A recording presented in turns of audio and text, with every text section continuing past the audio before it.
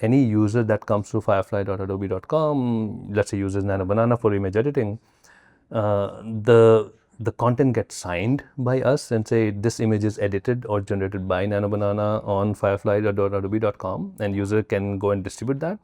But we have an agreement with Google that they cannot use this data for training their own models or improving their own models further. So that's a critical component of our contract. CineD, your digital cinema tech resource, supported by B&H and CVP. Hi guys, I'm Johnny from CineD, and I'm here with Rajan from Adobe. Rajan, how are you? I'm doing good, Johnny. This is exciting. Good also for me, especially that it's the first time that we are meeting. So please help me to introduce yourself to our audience. Who are you and what is your position at Adobe? Sure. So my name is Rajan Vashisht. I've been heading the machine learning engineering and Firefly product development for more than 18 months now. And I started my journey building video models for a flagship product called Premiere Pro for Gen Extend, custom model for enterprises, and then got into imaging for Photoshop, building genfill workflows, scaled it to Photoshop users, and then brought imaging, video, audio capabilities to Firefly product in terms of workflows. So last 12 months to 16 months is all about not only building the Gen AI models as a API and services, but also bringing them forward in the hands of users in all of flagship products from Premiere, Photoshop, and Express and others to Firefly.com. So I'm really aggressively building the capabilities which we saw yesterday in the keynote. And it's really super exciting journey in terms of the velocity, the technology evolution with responsibility and safety. We have done a lot. Now, if I would have met you 2 years ago, would you believe where we are now with the technology? Could you see, could you look a little bit into the future, which is the present now?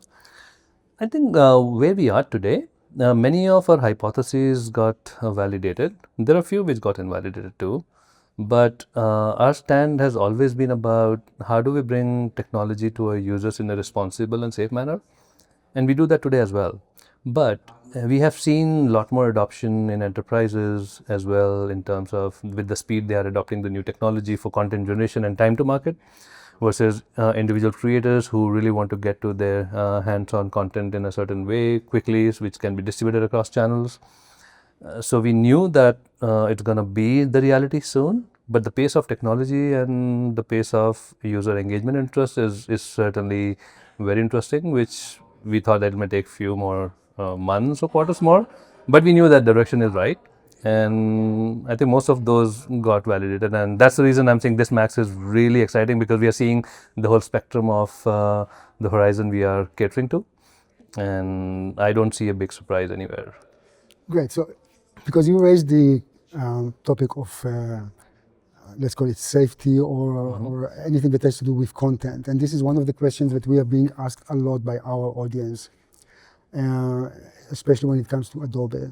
Other companies too, but we will touch in a second, because now you're cooperating with other companies and using their models and so on. I just want to verify, because a lot of the content that originally creators uploaded to Adobe stock, for example. And I think, if I'm not mistaken, that was the assumption that you're actually training your model on Adobe stock mostly, or how are you training your models? Sure.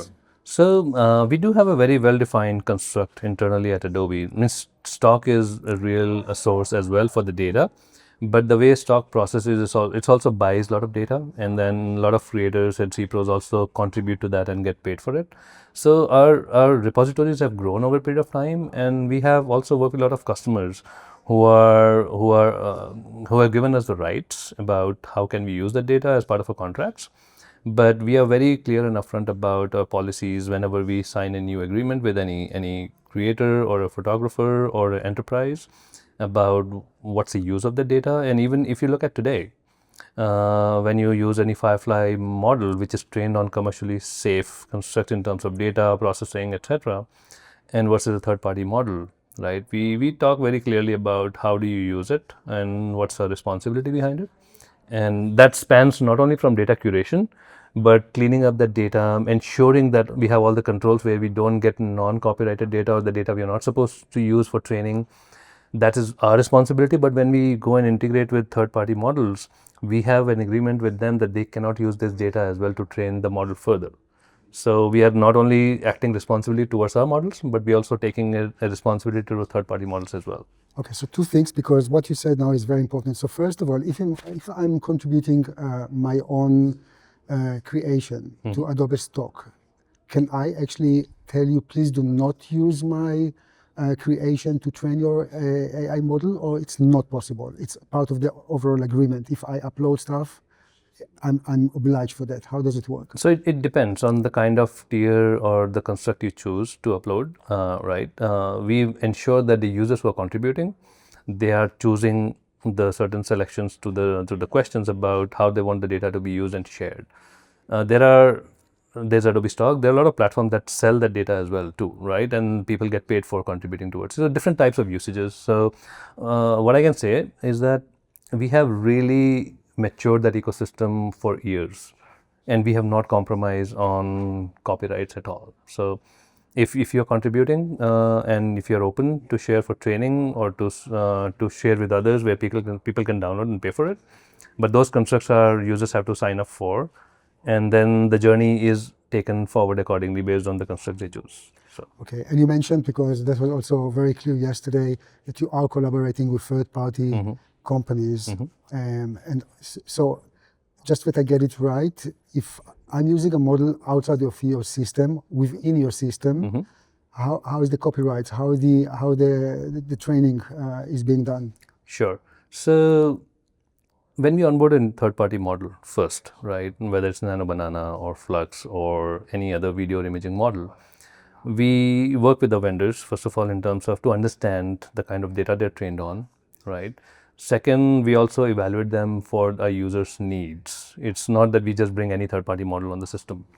It's a longer list, but we have vetted them as part of our validation for functional use, safety, security.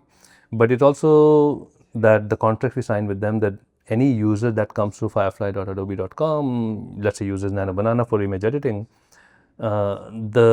the content gets signed by us and say this image is edited or generated by Nano Banana on firefly.adobe.com, and user can go and distribute that. But we have an agreement with Google that they cannot use this data for training their own models or improving their own models further. So that's a critical component of our contracts. Okay, and that's why, because also yesterday I saw that you guys are very precise with letting people know that the data is actually safe, or the training on data is like safe data, whatever how you call it. That's the premise we live with every day, because it's not an afterthought for Adobe. I mean, if you look at Adobe is one of the largest creative company out there, sharing our technology with a lot of users. But if you just go into the history, it's the company that is choosing safety over even speed at times, right? I think that's the responsible view we take on the users, and I think that's what gets me going every day, that I work for Adobe than any other company that's breaking all the rules, training on any data, getting higher quality in the hands of users, but not able to disclose about where it's coming from. I think those are the things I'm super proud of in terms of working at Adobe and living by those principles. I have to say, I'm very happy to hear this, and it's refreshing, in all honesty. Okay, let's move on. And we're talking about Firefly, but I think there are people that actually maybe not so much aware what Firefly is. So maybe you can kind of summarize, and then I'll continue with some more questions. I think this year, if you look at the keynote, I know it was a longer keynote and we are hearing the feedback that it could have been shortened, but Firefly is evolving as a very deep AI engine where you can get on the journey in terms of workflows. But if you just take a step back beyond the workflows, we are talking about Firefly newer models coming on board from Image 5, which not only does high resolution generation, but prompt-based editing to third-party models. And the platform is evolving into conversational AI as well. There's a Project Moonlight, there's a Project Graph that's coming on board. And then we're talking about custom models for individuals, which we have been building for enterprises for the last 18 months or more, right? Technologies have given a lot of value to enterprises, so we are bringing them over. And then we are also talking about Foundry as another landscape change where customers can take our base models and deeply fine-tune based on their own data, and then keep that data in their enterprise and have a copyright on that and then use it.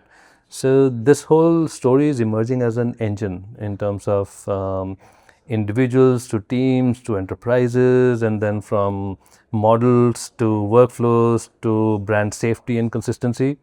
I think it's really resonating well with a lot of our users and customers we have spoken to.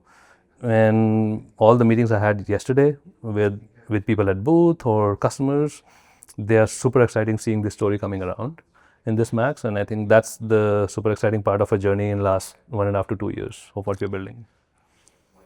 You know, I've been listening and watching very carefully the presentation yesterday. In my opinion, can it be that you guys are running much too fast forward? Yeah, so I think I was talking to someone before you, and we talked about velocity. And with the speed the technology is evolving is very fast.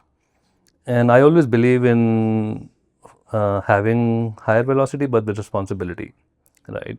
And back the country where I come from, people write and say speed thrills but kills, right? So we don't want to be that company, honestly. Adobe is very clear about that. So we achieve a lot of our speed by working with all the flagship products and Firefly together. Firefly is new kid on the block, building a lot of these workflows and offering to users. But we really have a culture where Eli Greenfield, who is our CTO and SVP, the culture he has built around all the leaders, all the businesses, is that we work together with each other as a team where we can reuse technologies across products in a responsible way, of course. But if you look at Photoshop launching the Gen Fill workflows with Nano Banana, they were able to do it in weeks. A product of that complexity and magnitude, doing something in weeks is hard, but they were able to do because they could leverage some of the technology we had built for Firefly, and we just work as one team, and that's where our velocity comes from. But there's another velocity coming from research and innovation, but we are fairly responsible about that. We just don't jump onto technologies just because it's shiny.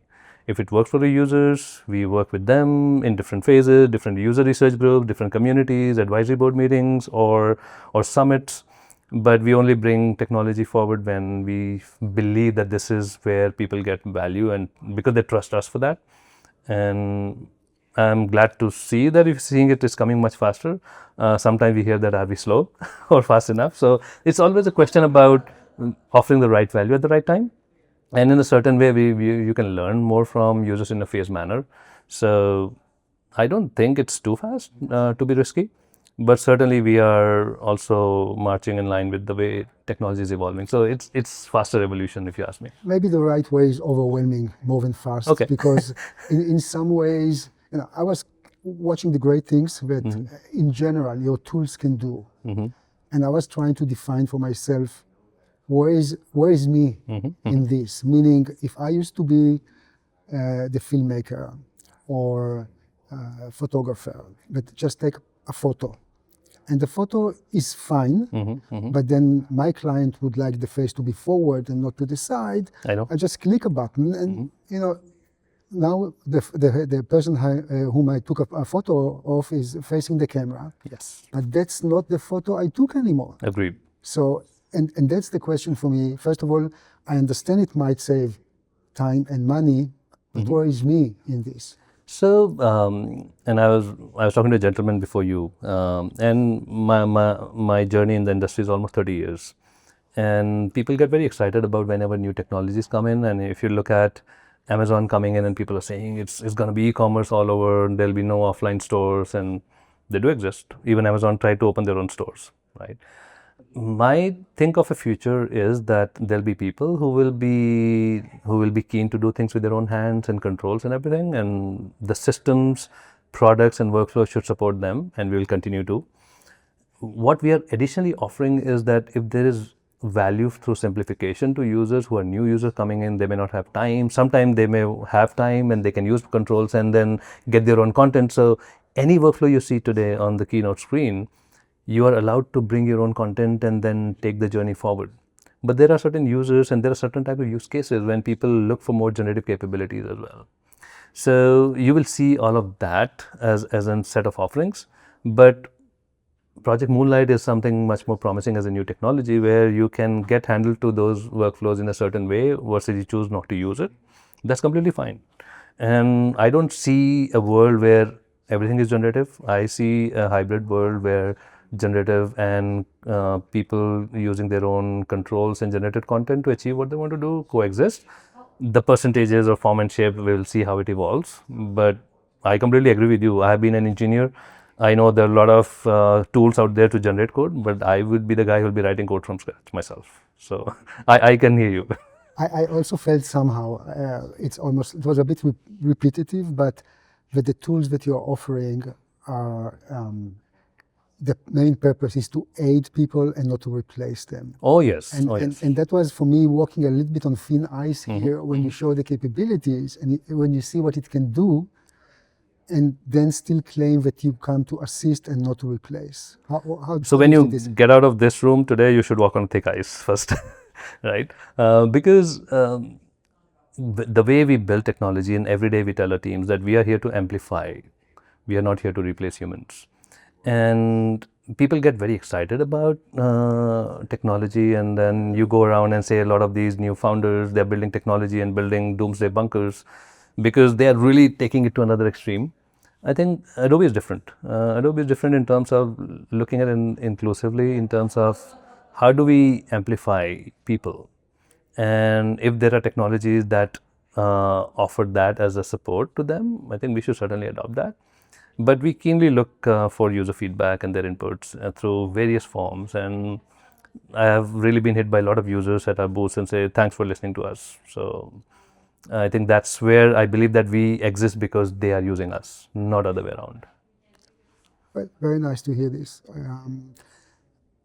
Personally, if you look at the Firefly components, the video and the audio and so on, is there anything that you personally in charge on or very proud in developing? So what we missed is our introduction, so maybe let me talk about that. So I started my journey on Firefly building the products out of GenAI models for imaging, video, audio, design, 3D, right? And then we started building workflows on top of that and even custom models. So I've been deeply involved into building those technologies across different types of use cases. And my group is, one is about building those services, which offering to our customers directly as well. But I am also in charge of firefly.adobe.com in terms of building those workflows which users can consume. So that's my journey, but it's almost like 18 to 20 months, and I feel that we have done it for years with the pace and velocity we have been doing. But if I just go and talk to my team, we work hard, we move faster, and good to hear that we are moving faster. Maybe we'll take that as an input, but we are really passionate about it. It's not a stressful environment. It's just that we are trying to understand a lot more about technology so that we can bring in front of our users in a responsible manner. So it's more about that. Next year, same time, same place, we're going to sit here. Of course. Are you going to excite our audience again with something even faster, better, more shiny? What do you think? Better? Faster or shiny means I always believe in technology that has value. So my journey has been that I was an engineer for first 15, 20 years of my career where I used to write code, and I used to think that Earth moves because I write code. That's not true anymore. So I got into management. I learned about business and value much more. So better, of course, 100%, right? Faster, we will see. If compute evolves much faster, technology evolves faster, then yes. Shiny, there'll certainly be always sneaks and demos, but you will see a lot of grounded workflows in the real utilization from the user's feedback. So I can assure you that you will see evolution on that. You will see evolution on layered editing. You will see evolution on videos and audios kind of getting combined and making it more easier and simpler. Because one hand is that technology is cool, but it should not be a high barrier of entry to the user. So you will certainly see that stand coming out where you can use it as a product. You just don't have to worry about the overwhelming view, right? Which is I understand, means in terms of it gets confusing. And my wife being a painter, I was also sharing with others that she struggles sometimes to keep pace with what Photoshop has done over the years, right? So you will see a lot more on that direction. So certainly better, maybe faster, I'm not sure, maybe it should be, but certainly much better, much easier to use. Last question from my side. Prompting is not for everyone. Mm-hmm. Of course. And this is something that also has its own learning phase and so on. somehow the AI industry is moving into prompting, and I see, of course, you too. But if you could improve this, what type of communication would you choose? So before I respond to that, you must be seeing that we are investing in different surfaces as well. We are doing it on web. We are going to launch our native apps on the mobile devices.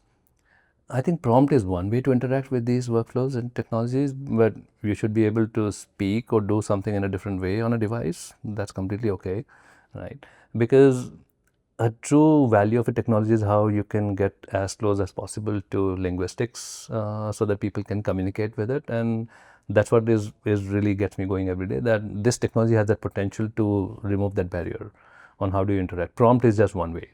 We should certainly learn much more on how users write and interact, but the model will behave differently the way you write. So would there be a world where you just speak into it and then have a conversational communication and get the job done? Why not? So we'll see how that gets adopted, but it's more about if users like to use it, see the value coming out. Of course, we'll go in that direction much more, but we'll keep on experimenting with that. Great. Rajan, before I say thank you and goodbye, anything that it's a huge topic and we have very limited time to talk. Anything that you want to highlight or anything that you want to talk to the people and say? So first of all, thanks for, this is a different interview. I really like interacting in this one. But look at Adobe as a partner. We are here to work with people, and that's the reason at least I joined Adobe many years ago and continue to build this technology, and then look at how do we grow together. As one key takeaway is that amplification of human talent and creativity in a safe and responsible manner, and we live with that ethos every day, and then that's how we work. So looking forward for more and more exciting updates, and then learning with and working with each other is what at least we look forward to. And I'm sure we should be here next Max and then talk about how things are, how overwhelming or underwhelming it has been, but work through our experiences. Great. Rajan, thank you very much for the friendly conversation. Thank you very much. Thanks for Guys, thank you very much for watching, and please don't forget to subscribe to our YouTube channel. Thank you.